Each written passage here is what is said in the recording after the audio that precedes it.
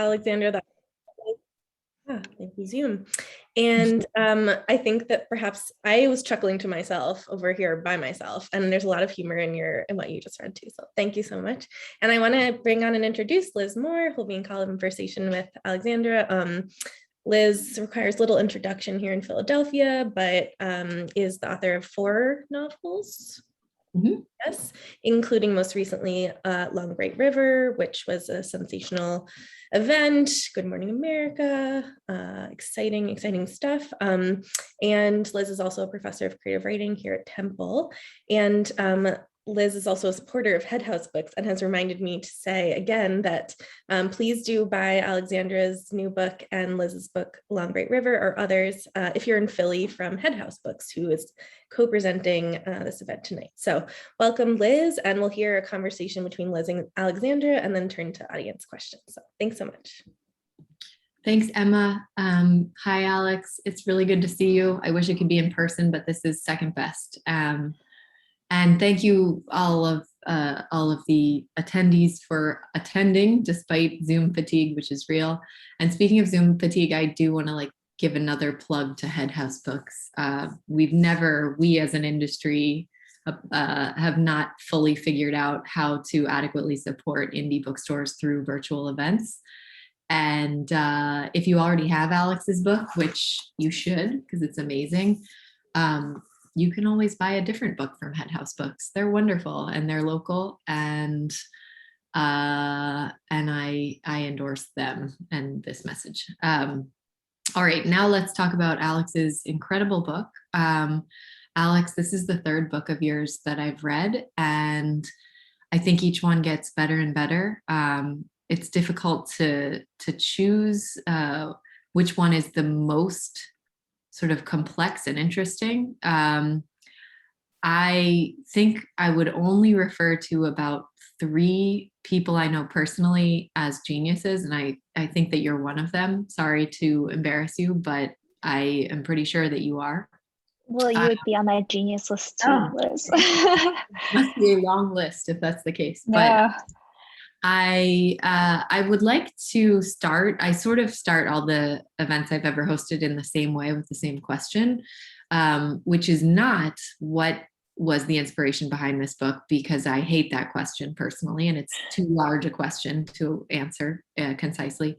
Instead, I will ask you, as I ask everyone, what is the first thing that arrived to you about the book? Was it a character, a setting, an image, a scene? What was the first thing that came to you?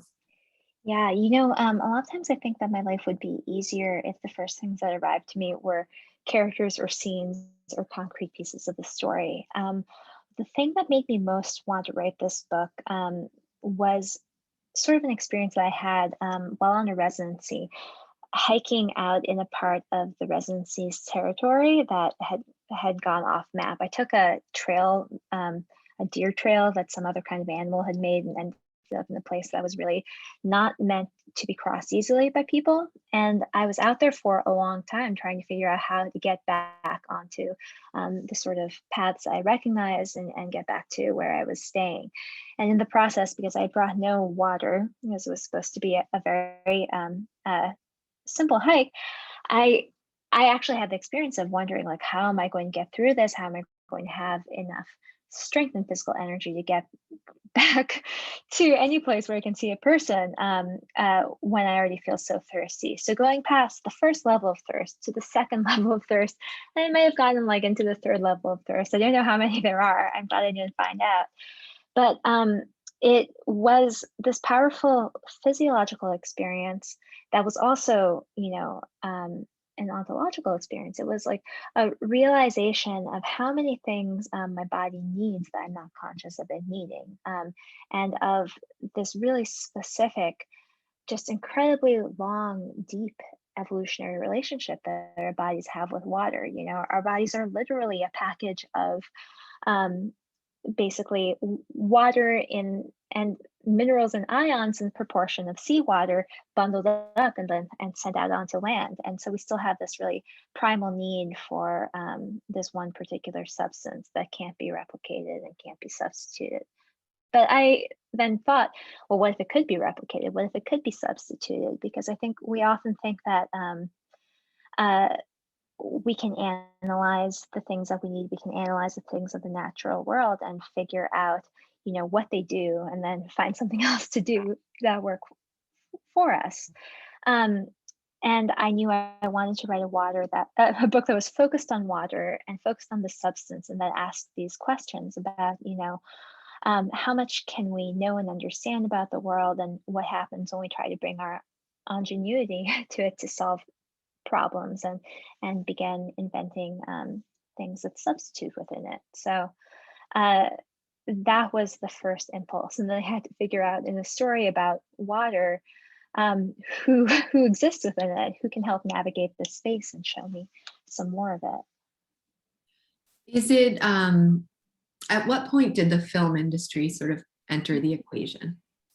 Yeah, I lived in California at various points in my life, but it was only when I was a child that I lived in Los Angeles, and we lived far out in the San Gabriel Valley, like Los Angeles County, but not really a part that you would go to as a tourist, or that you would live in if you uh, work in film or TV, for example. So someplace that I had spent a lot of time, but when I went back to LA, I was finding myself always just skirting those areas.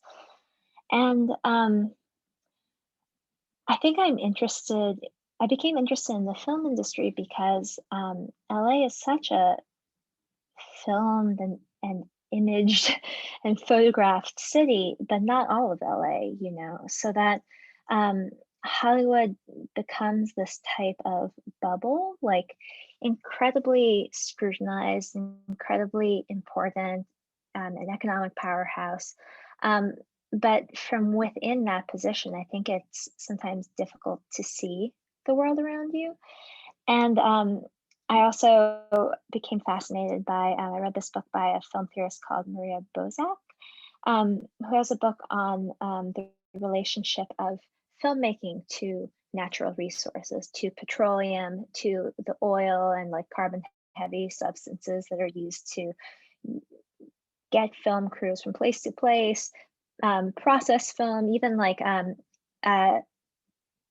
celluloid was, a substance that was intimately related to the first plastic that we invented, which was a cellulose-based, still naturally derived plastic. And so it's always been this industry that seems to just deal in pure images, but is actually consuming a lot of resources and creating a lot of emissions in the process, which we never think about. I never think about when I watch blockbuster films, which are some of my favorite things, but which have a terrible carbon footprint. Remember toward the end of the book, Patrick's wife, Allison, who's living in this sort of, is commune the right word? A sort of, I don't know the word, a community, an intentional community that is very concerned with the welfare of the earth. And Allison is embarrassed to disclose the location of her husband out of fear that her compatriots in the community will frown upon the idea that he's even participating in the production of a film due to the detrimental impact that the film has on the environment, which is sort of not surprised me, but struck me as well. Go ahead. Oh no, I was just going to say, the commune is a fair word.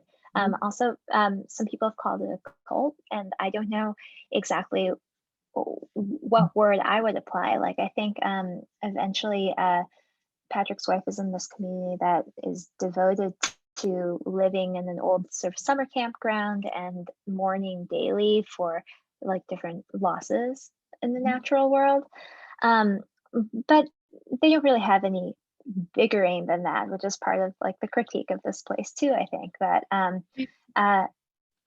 you're removing yourself, but to what end? What kind of good does it create to do that? On a much less, I guess, altruistic note, I derived a lot of satisfaction out of reading a novelist's take on the film industry, because I sometimes feel like we as novelists are always treated as second-class citizens in LA, and they sort of like pat us on the head and they're like, oh, it's so cute that you wrote a novel. Now we're going to take it and do something completely different with it. Or give you a production credit on it, but completely ignore your opinion on all things. And it was almost like wresting the power back in a way by holding up a mirror to the film industry itself and allowing the film industry to exist within the novel as the problematic thing. Does that make sense? Have you had it? Yeah. Have you had experiences of any kind with the film industry as a novelist, and were you drawing on that at all? Yeah, I have, Liz, and I know that you've had a lot of experience with all of your books with a lot of interest from Hollywood. And I'd say that my experience is a bit shallower than that. I adapted my first novel into a screenplay, working with an actress. And then more recently, I've collaborated with a friend who's a TV writer to develop some ideas that didn't go that far. For different reasons. Like one of the things that really amazed me about working with my friend who's in TV and film is the attitude that they take towards story, which I find like very exciting and also a little frightening at the same time. Like when working on a pitch or working on scenes with this friend, she'd always ask, like, can we beat this language? Can we beat this scene? Can we beat this character? Do we have a better idea? Do we have a better thing for the character to say? And I think it's such a wildly exciting way to look at story because as a novelist, you're able to go, yeah, Patrick says this because he says this. I don't know. I basically saw him do it, and I'm just transcribing. And you get to let the characters sort of exist in a little bit more of an unweaponized state, like unoptimized. But I do think that it's a really exciting exercise to think about your stories as this really plastic thing, like ever evolvable and always in the process of becoming. Like somewhere between these two things is the space I want to live in as a writer. That makes a lot of sense. And yes, I offered a sort of like unkind take on the film industry because I'm mad about it in this moment of my professional life for a variety of reasons. But I do think that film writers and television writers have a really remarkable sense of what makes a story tick and treat it, I guess mathematically is the wrong word, but just as a logic exercise as much as anything else. And I have found that really useful. That's a useful way to think about story to me, even in fiction. So I think I've gotten inspired by that. But this is actually a good segue into another question I have, which is can you talk a little bit about the actual process of constructing something new under the sun, by which I mean, did you write it chronologically? Did you write it in sections? And secondarily, what were the most challenging parts from a craft standpoint or process standpoint of the book, and what felt most natural? Like one. That's a really good question. My first book, You Two Can Have a Body Like Mine, I wrote without an outline. So I started with a place and the situation, and I knew that I wanted it to get weirder from there, but I wasn't sure what that would mean. It had to be something weirder than the weirdest thing I could imagine when I started out, because the weirdest thing I could imagine when I started out was still, within my circumference. I wanted to somehow be surprised. And I sort of tried to take the weird turn at every step that I reached, every fork in the road. I felt like I was very much there inside the story, walking through it like a maze. But with this book, I had so many things I wanted to do. I wanted there to be a Hollywood plotline that gets displaced by this plotline with water. I wanted there to be some other character-based plotlines that ran all the way through, like Patrick's relationship to his wife and the sort of reveal gradually of why there's such a sort of emotional distance between them in addition to the physical distance. And I knew I wanted some other things in there, like a lot of landscape and things like there's a bit of a storyline with a internet chat group that is conspiracy theorizing about Cassidy Carter's TV show and what messages it was trying to send. So there was a lot that I wanted to get in there, and I'm not by nature someone who likes to deal with a lot of loose ends. You know, I feel like a minimalist somehow. So I made a structure for myself, like an outline that I arbitrarily decided would have 10 chapters and that each chapter would have 3 sections in it. And the rule for me was that in each section, I had to advance one of these plot lines, whether a main one or a sub one. And so I both filled in what I knew went on that outline, and then I checked my work against this outline too, like you know, what I sometimes call reverse outlining to my students. So like going back through as a reader and thinking like, if I were a reader, what would I say is the important thing that happened in this chapter? And then what are the 2 other things I might say are slightly less important, but that also unfolded. And eventually I sort of plugged in this whole 30 item outline. And sometimes I was writing with a blank space and filling it in later, and sometimes I was writing to the things I knew had to happen in that section. But it required a lot of planning for me that isn't first nature, but I also think that I've never really written a book in a way that feels first nature to me, because as soon as something feels too comfortable, I feel like it causes this fear that if it's so comfortable, am I just repeating myself? Have I found the exact right form and way to do this? So that I know that whenever I write a novel, I'm always going to be uncomfortable and despairing sometimes, and sometimes very distraught. But one last thing though is that I did write chronologically, and I went chapter by chapter. And after every chapter, I was often in residencies and away from home. I would email the chapter to my husband, who is the person who introduced me to Liz here. And I would ask him, because he was on summer break usually, to read it that day and then call me. And, you know, it's a pretty demanding thing to do. And I was really lucky to have someone there who I felt like I was writing to, because you can really go off into the woods on a book and feel like, am I just talking to myself? Does this make sense to anyone else? Is this a book to anyone else? Yeah.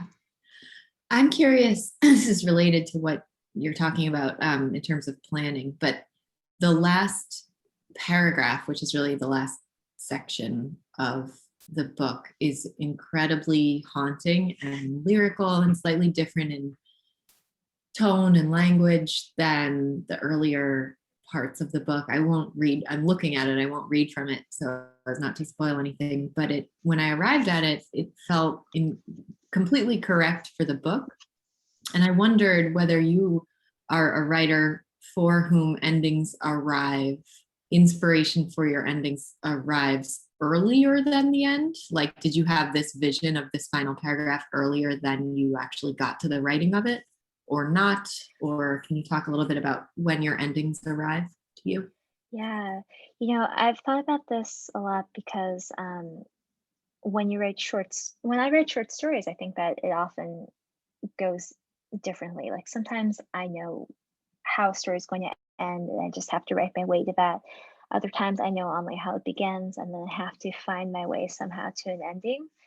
And this was a book where I knew the feeling I wanted the ending to have from the very beginning, but I had no idea what it would look like, whether it would be with a character in it, or whether it would be past or present or future or something like that. And in fact, in my outline of 10 chapters, the 10th chapter was the one which I had nothing for, because in the 9th chapter, a key character is sort of removed from the book and no longer sort of anchors the narration, which mostly follows that character around. And I wanted the last chapter to then be able to behave really differently as a result, like to be able to be with more characters and in more places and in more times than the sort of 21st century time that the book is set in. And it was the very last part that I wrote after I'd already submitted 2 drafts to my editor.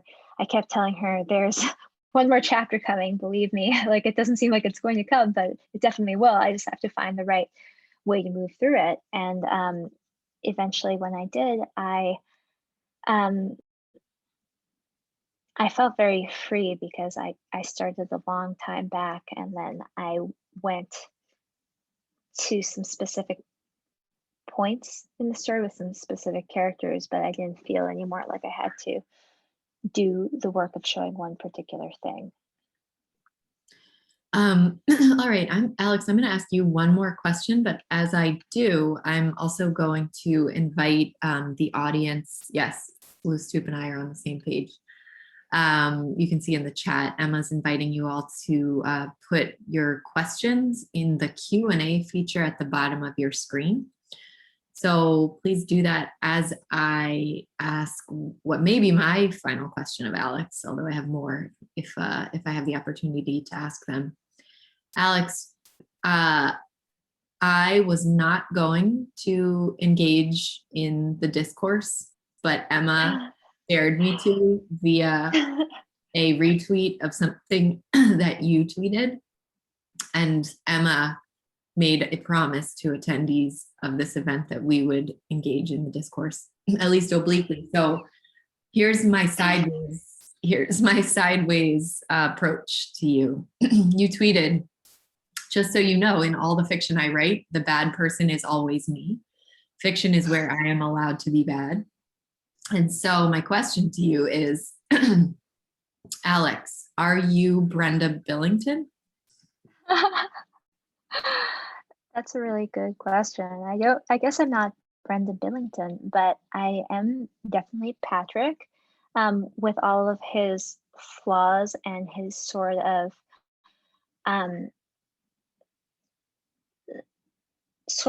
self-centered, but sometimes for my family, pursuit of some goals which come to feel less important as the story goes on. I think that some of what Brenda says, though, in the book, one of the things about Brenda is she's one of the producers of the film. She's from an important California family with a family story that she tells sort of toward the end of the book. And she actually has this dream of going to New Zealand to a sort of luxury eco-escape bunker and holding up there to await the end of the world, sort of, or to wait out this sort of dangerous period of tumult that she feels is coming. And this is sort of an impulse of mine, I think, not in terms of the luxury bunker, but I'm constantly coming up with plans that I pitch to my partner about, like, let's move upstate and have alpacas. Let's move to the mountains. Let's move back west to Colorado and, farm pot. I don't know much about pot, but I know it's profitable. I don't really know how to do a lot of the things that I imagine us doing. But I do sometimes feel like this impulse to just slide laterally into a self-defined life, whatever that looks like. And I think it's an escapist impulse that I recognize as being not super ethically engaged, but it still appeals to me as much as I try to tamp it down. It comes up again and again. That is that's a really good answer. And yeah, I too exercise a lot of demons in my fiction and sometimes take out some anger, not always, sometimes, mostly anger with myself. Alex, I'm going to ask a couple of questions from the attendees, the first of which is what was your inspiration for the online conspiracy exchanges? That's a really great question. Well, I think we're seeing a lot of books come out that were written during the Trump years and during these years that also became defined by things like QAnon that I didn't even see on the horizon. Conspiracy theories that, in contrast to the ones that I read when I was a kid, in things like the Big Book of Conspiracies or whatever, really made it into the real world in a different way. Like it involved people showing up to places and demanding things. And I was really interested in that impulse, which feels to me like it belongs to a different time, but also speaks to like a few things. Like I think this desire to feel that someone is in charge, because there's something very disorienting about the pandemic spinning out of control and uprooting all of our lives, disrupting things, simply because of different factors and disorganization and a sprawl of causes. I think that it feels comforting almost to imagine that one person or a group of people are deciding it, and that would uh, give you a sense of what you should do, which is push back against those people, right? I think that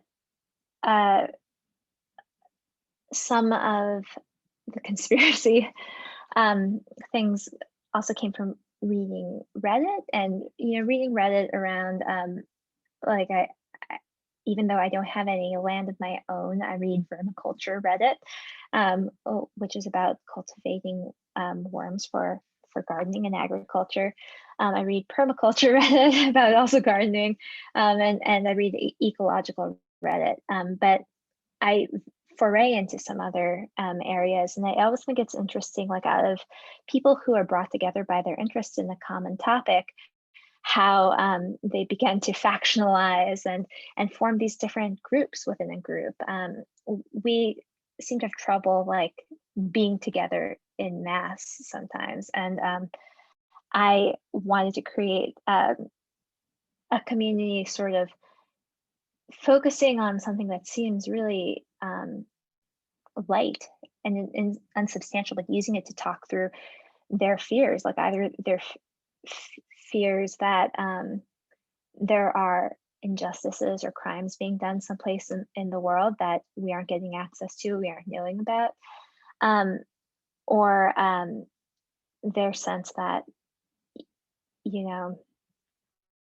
their sense that there is meaning in the world in a way that they themselves can decode, which I think is a way of getting a feeling of control back. Yeah, that makes sense. Another question is, do either of you do any kind of other art form, either just for fun or in conversation with writing? That's such a good question. Yeah. Liz, I mean, this is to both of us. Yeah, right? you go first. I play the ukulele because it's something that I don't have to be good at all, and there's no expectation that I should know how to do it because I've never been formally trained. Like, I think that when you when your career isn't something that you care about as much as I and like Liz care about reading and writing, it's difficult to create a space for yourself that's lower stakes and where you can have fun and explore. So I just play covers of 80s songs, and I learn things sometimes and I forget them as well.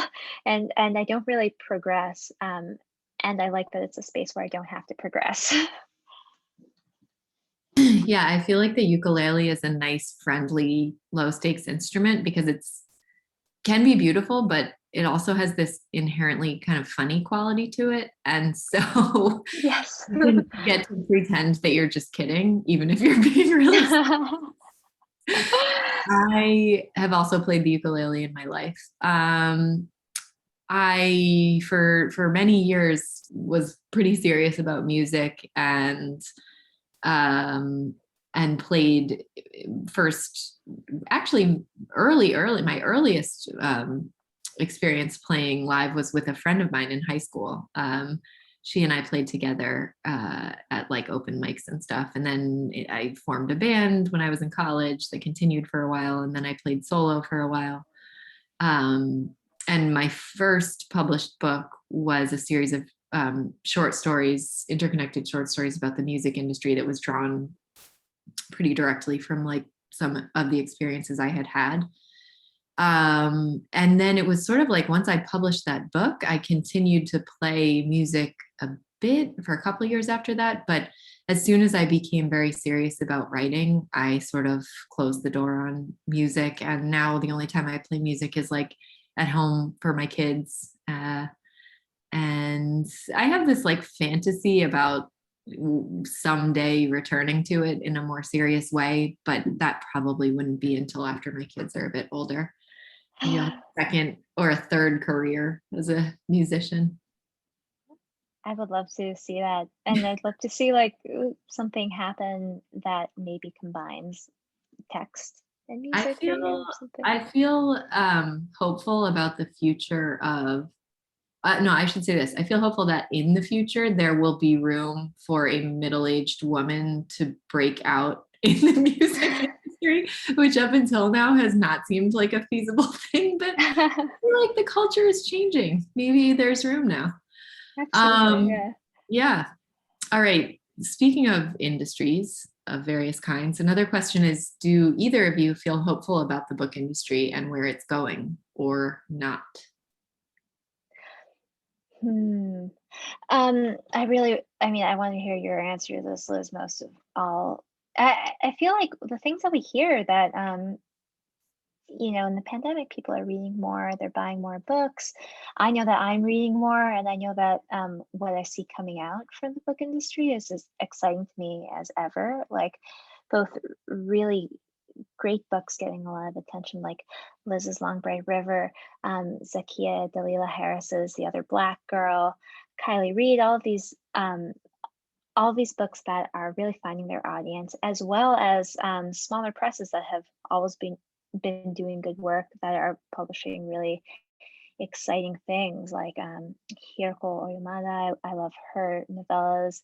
Things are always being translated, and there's so much there to feel good about, I think, in publishing.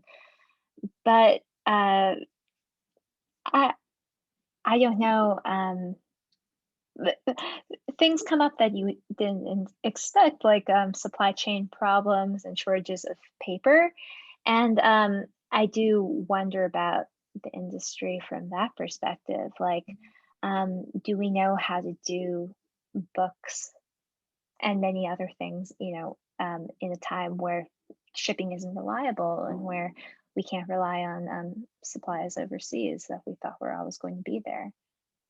Yeah, it's interesting that some of the same issues that are discussed in your book also apply a lot to problems that the publishing industry is facing as a whole. In terms of whether I'm hopeful about the future of the publishing industry, this is not an original thought. Many people have discussed it, but I increasingly believe that the industry is becoming sort of, I don't know if siloed is the right word, but there are like 4 to 10 books in any season that get a huge amount of attention and make a lot of money for the industry.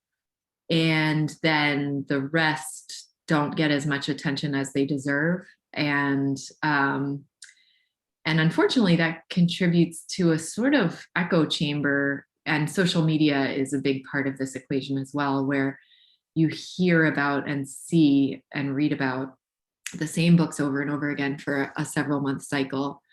And then there are many, many worthy, deserving books that sort of get short shrift. And I will be very honest and say I've been on both sides of that equation. With my 4th book, that was my first experience of having a book that was considered successful. My first 3 were much smaller books, and I have had the experience of sort of feeling disappointed by the way that it was either promoted or received or both. And so all of this is to say that I worry that certain voices are getting lost in the equation. And I would like to think about ways to maximize the number of voices that we hear from in a given publishing cycle.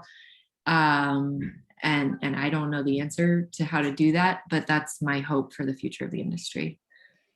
Yeah, I'm sure everyone already knows about this, but Liz Moore's The Unseen World is just one of my favorite books of all time. Like, it's one of these rare books where I was crying freely during it. Like, it's feeling you have when watching a film sometimes, that your emotions are right immediately against the surface of what's happening in a book. And it's a really special one to me. Like, Thanks, Alex. yeah, Thanks. I just feel like it was an immense success. Very few of you have probably heard of it. But yeah, no, I think it's yeah, that's and I'm certainly not talking about myself here, but my I guess my concern for many of the books that I love, that I would love to kind of like shout from the rooftops, and I don't actually have a particularly big social media platform. And so I talk about them, but I don't know how helpful it is. Yeah, you know what? I don't want to tap into the discourse again, but I noticed that. I mean, yesterday, for example, so many books came out. One that I'm really enjoying is "I Love You" by Chosen Darkness by Claudia Watkins. I know, and yeah, I think it's Claire, and I think it's going to be very successful. But in the turmoil of the kidney donor article, I found myself scrolling and going like, are there any reviews of this I can read? Like, what books came out today? And it's sort of the experience of being in a giant party on social media where everyone's talking about the same thing, which can be really exciting. Like, you're there in it, but also, normally at a party, you can talk about many different things in tinier, more intimate circles. Wow, it was kind of diabolical of the New York Times to publish that story on a Tuesday, which is like the day that books are released. It was a chaotic impulse. I know. I can't wait to get my hands on that book. I read the title story, and I have taught the title story in my MFA courses. It was published as a standalone story at some point, and it was so profound and beautiful, and just her use of language is incredible. Anyway, I don't know her personally, so this is a completely objective. It sounds like do you know her yourself? Just a little bit, and not, but I think, it's high on my recommendation list for things that you should buy from Head House Books, along with The Unseen World. Actually, can you type in it? I love you, but I'm like putting in all these typos. I've chosen darkness in all caps. And one book I'm so reminded that I love recently that I also think got kind of short shrift was Savage Tongues by Azarine van der Vliet Ulumi. Which is like, if you liked The Lover by Marguerite Duras, this one is also this investigation of memory and in the present, and really deeply steeped in sort of a seaside Spanish town, which feels a bit like a vacation when you're reading it in a East Coast fall. Really cool. All right. Thank you for that recommendation. I think I'm going to buy both of those myself from Head House Books as soon as this is over, which I'm looking at the time and it looks like we're winding down. We've got one. Emma, do you want to do the honors of closing out or asking one more question or whatever you want to do? Absolutely. Yeah, these are great recommendations, and we will save them and potentially even Twitter them to be part of the big party. But I see that a sneaky person has asked what both of you are up to next. And if you feel so inclined to share, that might be nice to end with, or you can just tell us more books that you're going to read. Alex? I'm starting, well, right now I'm working on an article that is a profile of Rebecca Hall, who has done the movie adaptation of Passing, which is really exciting. That book was so important to me. So I almost can't think past doing this article because it's due very soon.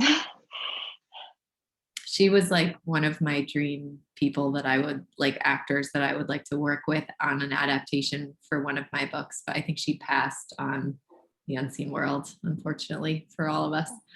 I can't wait to read that. Okay, so I would say I'm working on a novel that is not dissimilar in tone to Long Bright River or concept, in that it contains a mystery but is highly character driven, and it is not set in Philadelphia. And that's usually all I say about it. Wow.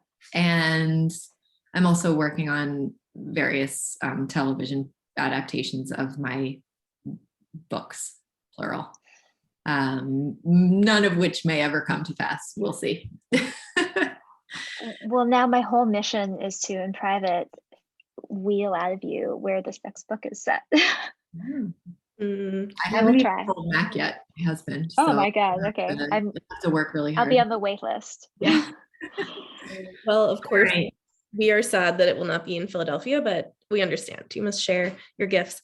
Thank you so much, Alexandra, for being here to Thank you so celebrate much, Emma. something new under the sun. Thank you both. Blue Soup, and thank you, Head House Books. Thank you for Thank you. Buy hosting us. Alex's book from Head House Books. Buy both their books. And Liz's. Books, Philadelphia. We appreciate you. And yeah, bluesoup.org. We are here. More events coming up, including Asali Solomon, local Philadelphia. Her new book, Days of Aphrodite, will be out, and she'll be in conversation with Jocelyn Johnson, who's also the author of the new book, My Monticello, on October 28th. So you might want to join us for that as well. But yeah, if you'd like to put anything in the chat or just give a virtual round of applause, thank you so much, Alexandra and Liz, and we'll see you soon. Thank you.